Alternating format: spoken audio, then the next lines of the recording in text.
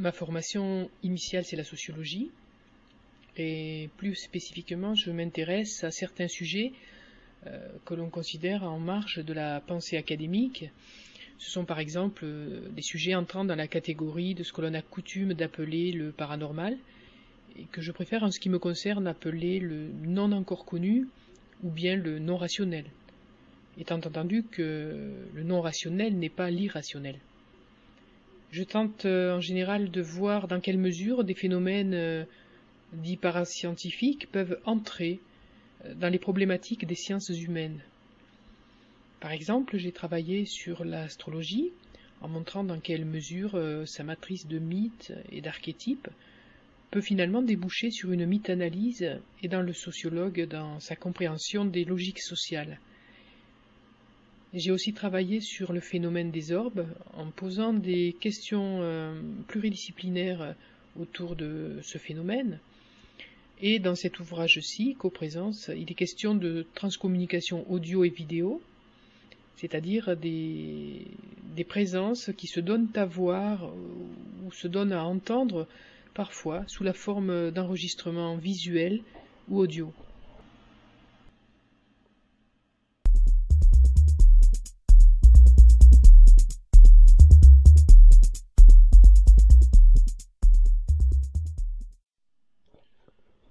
Vous savez, en sociologie, on part toujours d'une problématique incluant de la théorie, un terrain, une méthode et des hypothèses.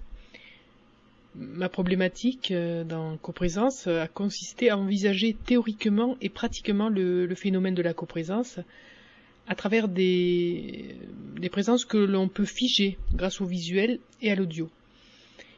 Alors d'un côté, il y a nos présences humaines, nous, les jaunes, blancs, noirs, avec nos nations et nos continents.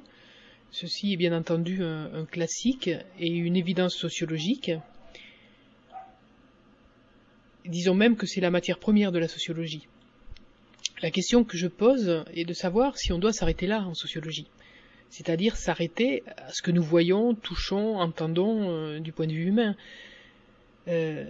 Parce que s'il existe bien d'autres présences que nous-mêmes humains, chose que je crois, qu'en faisons-nous ? Est-ce qu'on les prend en compte ou bien est-ce qu'on n'en tient pas compte en raison de la difficulté que l'on a à admettre qu'elles existent ? Alors en premier lieu, j'ai bien évidemment tenté de voir s'il était possible d'obtenir des traces audio et vidéo de ce que j'appelle ces autres, ces autres potentiels que j'appelle également les étrangers étranges. L'outil privilégié pour ce travail-ci a été donc la transcommunication instrumentale, qui est une technique permettant de mettre en relief des manifestations de présence, tant par l'image que par le son. J'explique dans l'ouvrage ce qu'est la transcommunication, pour ceux qui l'ignoreraient, et j'explique également comment on procède pour mettre en place l'expérience sur un plan technique.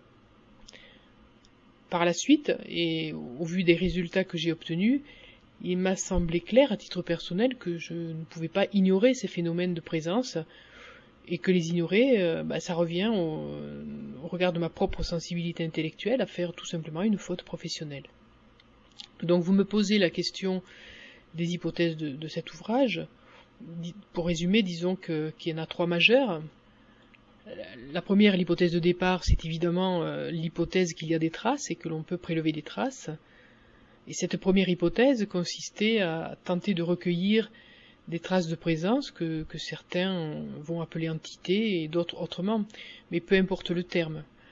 Mais dans tous les cas, au moyen de la transcommunication instrumentale. Ces traces, je les voulais nombreuses sur le plan quantitatif, afin d'être certaine qu'il ne s'agisse pas de quelque chose d'aléatoire ou d'un phénomène dû au hasard. Donc, à ce stade de cette première hypothèse, il y avait deux possibilités. Soit cette première hypothèse s'avérait pertinente, autrement dit, j'obtenais effectivement des traces de présence nombreuses, et je pouvais donc, par conséquent, poursuivre avec l'hypothèse seconde. Soit, je n'obtenais rien, et ma démarche, pour le coup, s'arrêtait net. Sachant que j'ai obtenu beaucoup de traces de présence, qui sont d'ailleurs visibles par tout un chacun sur le CD qui est joint à l'ouvrage, il y a une galerie de plusieurs centaines d'images où ou percent des présences, des visages. Donc j'ai pu continuer mon travail et passer à l'hypothèse 2. Idem au niveau audio, j'ai obtenu des sons significatifs et j'ai même mis en place un petit mode ou disons un mode de communication rudimentaire avec un communicateur n'appartenant pas à notre espace-temps classique. Et cette étude de transcommunication audio est également présente sur le support joint à l'ouvrage et il est inséré dans une problématique sociologique classique. Donc l'hypothèse 2, alors on peut passer à l'hypothèse 2 puisque la 1 a été confirmée. L'hypothèse seconde, c'est donc que ces traces sont des faits, et ce sont des faits pour les sciences. Parce qu'effectivement, si traces il y a visuelles et audio, elles peuvent donc être interrogées par nos sciences. Ces traces de présence étrange posent des questions fondamentalement anthropologiques, sociologiques, physiques, et surtout elles signalent qu'il est grand temps de modifier l'idée que nous nous faisons de ce qu'est un fait. Pour moi, ces traces indiquent clairement, mais vraiment clairement, que nous devons aller vers une extension de la rationalité, et c'est ce que je développe en grande partie dans cet ouvrage. Donc, troisième hypothèse maintenant, c'est que la science de demain sera celle de l'étranger étrange ou de ce que j'appelle les autres. Le fait que des traces se cumulent de la sorte nous oblige vraiment à revisiter l'idée que nous nous faisons de l'étranger. L'étranger, l'autre, doivent être actualisés, redéfinis. Tout semble indiquer que d'autres terres, je ne sais pas si on doit les appeler comme ça, mais en tout cas des terres décalées de la nôtre existent, même si on ne les voit pas directement. Et quand je dis tout semble indiquer, partout j'entends notamment les phénomènes ufologiques, les orbes, la transcommunication. Mais il y a d'autres phénomènes qui montrent cela. Je travaille par exemple en ce moment sur les animaux, la communication intuitive télépathique avec les animaux. On pourrait tout à fait l'inclure dans cette problématique. Je crois fortement que l'avenir des sciences repose en grande partie sur la reconnaissance de ces espaces étranges. Par conséquent, la question n'est plus du tout de savoir si ces espaces sont ésotériques ou pas. Ça, c'est un vieux questionnement dépassé. La question, c'est plutôt de comprendre à quoi nous avons affaire.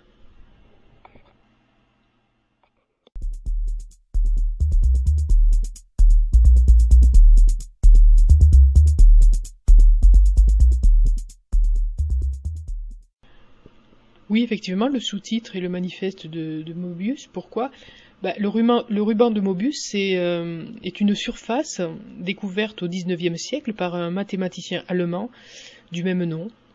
Et la particularité de ce ruban est de n'avoir qu'une seule face, ou plutôt, on pourrait dire que les deux s'enroulent sur la même surface. Les deux faces s'enroulent sur la même surface.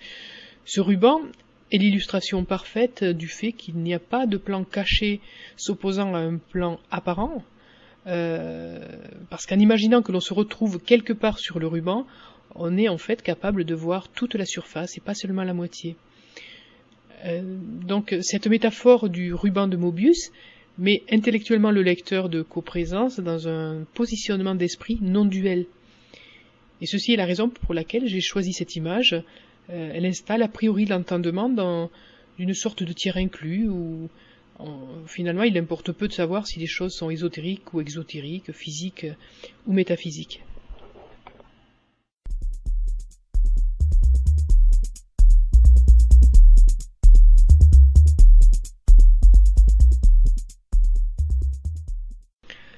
Des traces émergent effectivement, celles que j'ai pu isoler en termes d'images rappellent des visages humains.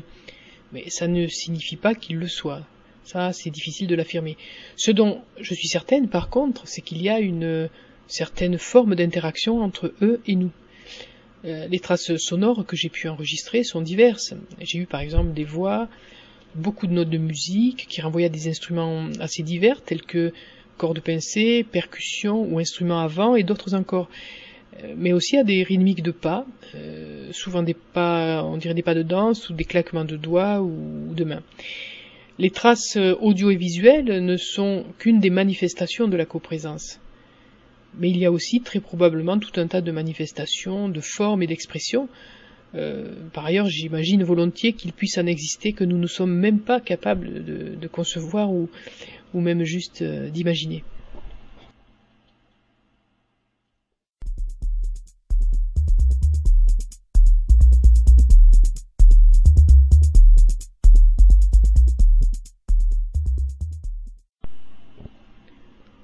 Ah oui, oui, incontestablement. En tout cas, il me semble que ça devrait. Ce n'est tout de même pas quelque chose de neutre de savoir que nous ne sommes pas seuls. Et si c'est neutre, alors il faut se demander pourquoi ce fait est occulté individuellement et socialement. Il faut se demander qu'est-ce qui fait que mon cerveau et mon affect ne sont pas capables ou ne sont pas, disons, aptes à traiter une telle information. Vous savez, si on s'émeut et si on se captive par le fait que l'OM ou le Paris Saint-Germain a gagné 1-0 contre je ne sais pas trop qui, ou bien par le fait que Kevin fait une scène à Sabrina dans telle ou telle émission de télé-réalité, et si parallèlement, par ailleurs, nos esprits, nos intérêts se bloquent et s'anesthésient lorsqu'on nous montre que des présences nous entourent en permanence, et même si on ne les voit pas, c'est donc qu'il y a une raison. Alors à chacun de s'interroger sur cette raison. Cette raison, il faut la chercher, la comprendre, je dirais presque la soigner, tant à un niveau individuel que collectif. Et c'est pour ça que je pense bon de revisiter les a priori relevant de notre éducation, de nos dogmes, de nos croyances, de nos paradigmes, et par-dessus tout de notre idée rationaliste de la réalité. Et puis tant pis, finalement, si ça chamboule un petit peu les religions, la recherche scientifique ou nos certitudes.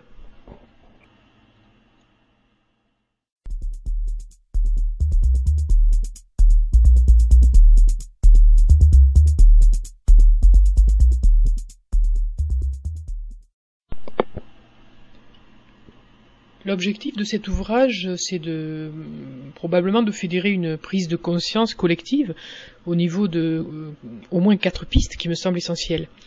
La première des pistes, c'est l'abolition des maltraitances de la pensée. Dans l'idée communément admise, la maltraitance, c'est une violence physique, psychologique, sexuelle. Mais la contrainte intellectuelle est aussi une maltraitance de la pensée, qui consiste à avoir à l'égard d'une personne un harcèlement moral et intellectuel. Et notamment la dissuadant, par exemple, de traiter certains sujets considérés comme hors-circuit académique, ou pas assez conventionnels, et sans pour autant qu'il y ait bien sûr de syndrome physique.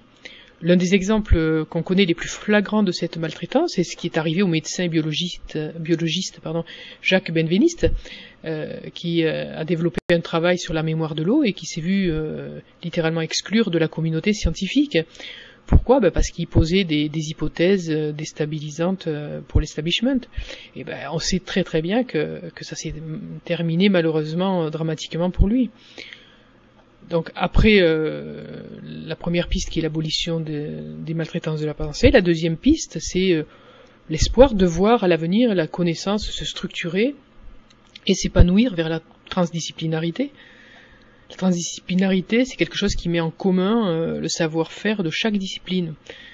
La priorité est donnée à l'examen des divers niveaux de réalité d'un sujet et non à telle ou telle expertise réalisée par telle ou telle discipline. La transdisciplinarité interroge le réel en fonction d'une rationalité ouverte, d'une logique des réalités multiples et de divers espaces-temps. Et en ce sens, elle va très très bien lorsqu'il s'agit de traiter des sujets comme ici la transcommunication.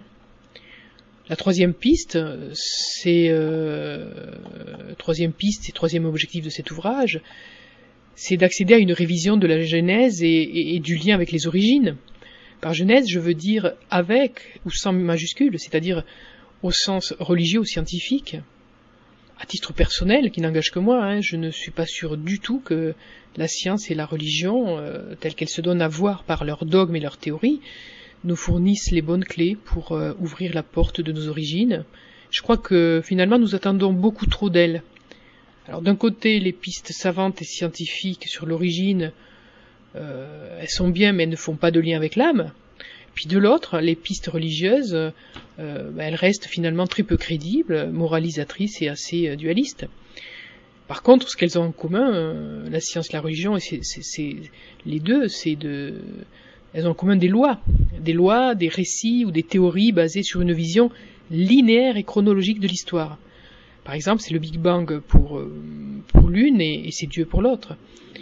Alors qu'il se pourrait bien que l'espace-temps soit en fait une pure fiction et n'existe que dans notre conscience humaine. Et si c'est le cas, tout ce qui a été écrit au sujet des origines est à revisiter et probablement à reformuler. Quatrième piste, mais non la moindre, c'est la préparation aux contacts étranges, ce que j'appelle les contacts étranges. C'est-à-dire, la coprésence est là. Elle est pour moi un fait, mais sur ce fait ne se réduit pas au phénomène, je répète, de transcommunication audio ou vidéo. On pourrait aussi bien parler des témoignages et des faits relevés dans le domaine de l'ufologie. Mais la question c'est, est-ce qu'on va savoir gérer cette coprésence? Moi je crois que oui, mais à condition que l'on s'y prépare. Et qu'on arrête de faire du sensationnalisme autour de ces sujets. Par exemple, lorsque les médias prennent en charge des sujets autour d'entités étranges, de fantômes et compagnie, c'est le plus souvent pour créer de l'émotionnel à la louche et de l'hystérie qui appelle forcément du rationnel, et vice-versa. Et du coup, on retombe à chaque fois dans la dualité rationnelle-émotionnelle. Et oui, ce qu'il faudrait, c'est se préparer au contact étrange en connaissance de cause. Voilà tout.